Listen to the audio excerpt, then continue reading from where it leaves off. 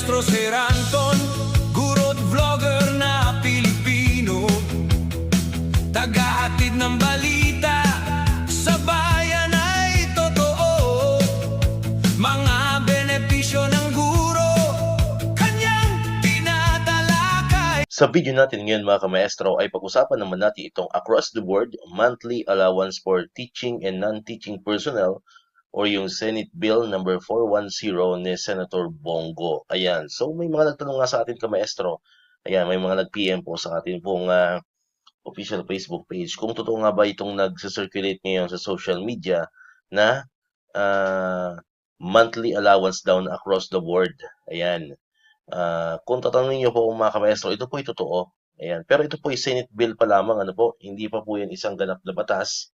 Yan po ay isang Senate Bill pa lamang. Alright? So, ibig sabihin ay katulad ng mga ginagawa natin mga video about mga bills sa upper and lower Congress, yan, kailangan po ay papasa muna yan ano po, sa mga committee hearing. And of course, kailangan mapirmahan yan ng Pangulo bago maging isang ganap na batas. Ayan. So far po, ito po ay isang Senate Bill pa lamang. Of course, ang author nga niyan ay si Senator Bongo. Ayan. So sa video po natin ay ipapakita ko lamang sa inyo yung nilalaman nitong Senate Bill 410 na ito mga kapeestro. Alright? Ayan. So, kung titingnan po natin, ito po yung pinaka-title niya. Ayan yung Across the Board Monthly Allowance for All Basic Education Teachers Act of 2025. Ayan po. Senate Bill number 410. Ayan. Ang long title niya, ayan o, An Act Providing an Additional Support and Across the Board Monthly Allowance for public teaching and non-teaching personnel engaged in basic education, appropriating funds therefore. So, naipile po siya noong July 10, 2025. Ang primary author ay si Senator Christopher Lawrence Bongo.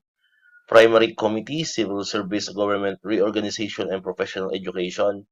Secondary Committee naman ay Basic Education and Finance. Alright, so yan po yung pinaka summary ano po nitong Senate Bill 410. Kung titingnan po natin yung pinaka laman ano po nitong Senate Bill 410, ayan po yan.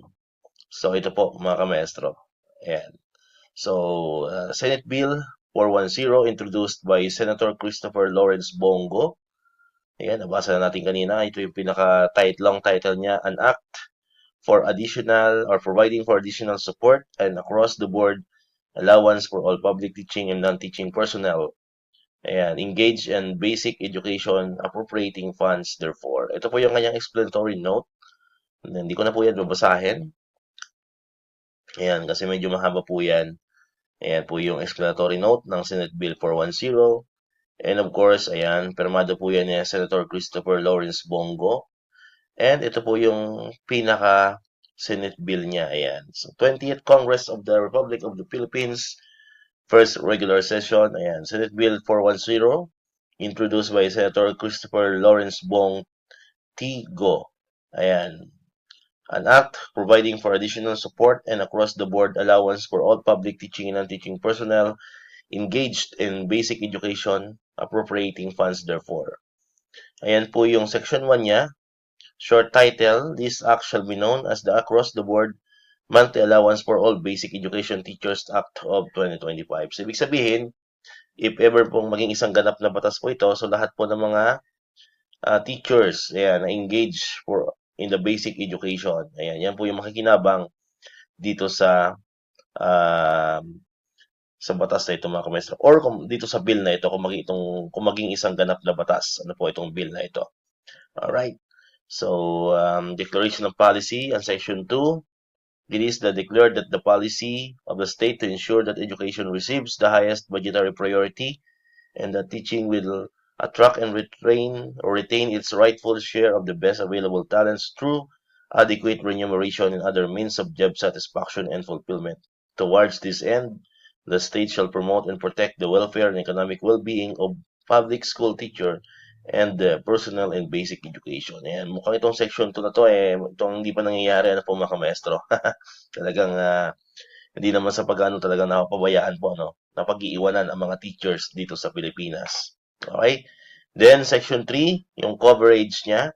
This act shall cover all teaching and non-teaching personnel in all public schools in the basic education level, whether nationally or locally funded, including those in state universities and colleges, SUCs, and those teaching in the alternative learning system and teaching in distance learning system.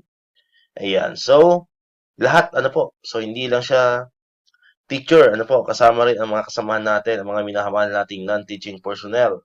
Ayan. In all public schools. Ayan. And of course, hindi lang DepEd, ano po, kasama rin yung kasama natin mga professor, mga teachers sa mga SUCs, mga state universities and colleges. So medyo malawak yung coverage nitong Senate Bill 410 na ito ni Senator Bongo.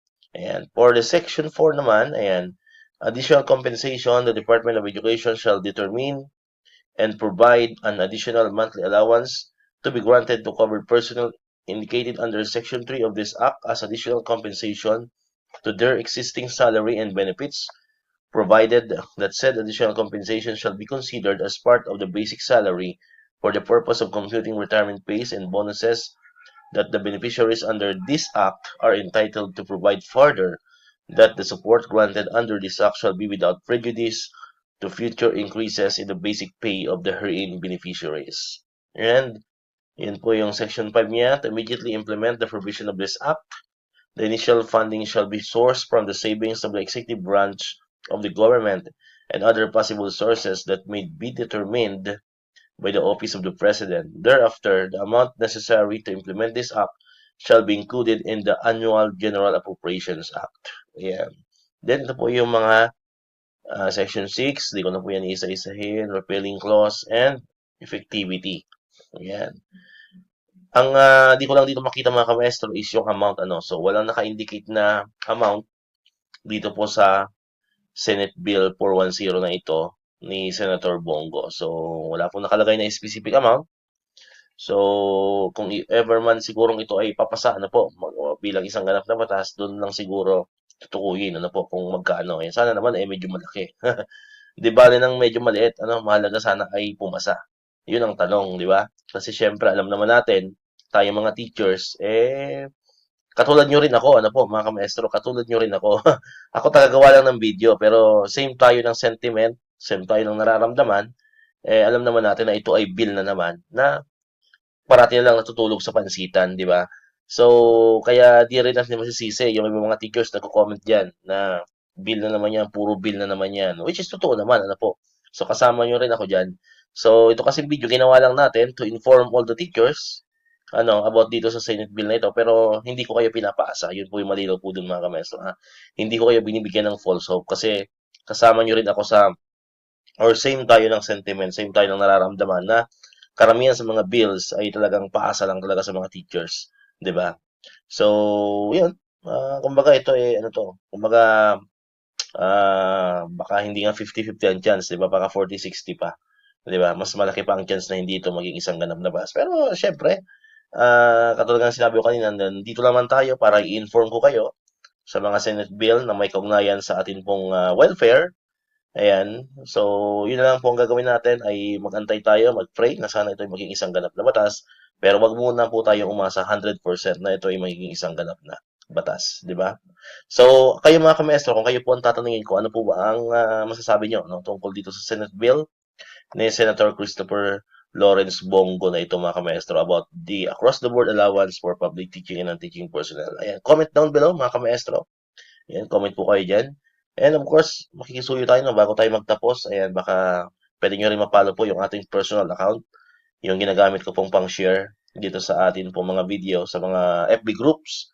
Yung Anton Basilia na account. Ayan, ako po may-ari niyan. So, baka pwede nyo pong makipalo din. Makikisuyo po tayo. Maki-follow naman po yung ating ating pong personal account. Ayan. Alright, so dito ko natapusin ang video natin ngayon mga kamaestro. Kung di ka man nakakapag-subscribe, click mo na ang subscribe button dyan para ikaw yung una nakapanood ng mga videos na na-upload natin. Katulad ito yung mga updates pa rin about sa DepEd and syempre sa mga benefits sa mga teachers and government employees. And syempre, click mo na rin ang notification bell button para ma-notify ka, always updated ka pag may mga bago tayong uploaded na videos. So muli, maraming salamat sa inyong panonood at pakikinig. Once again, El Maestro, see you on my next vlog. Bye-bye!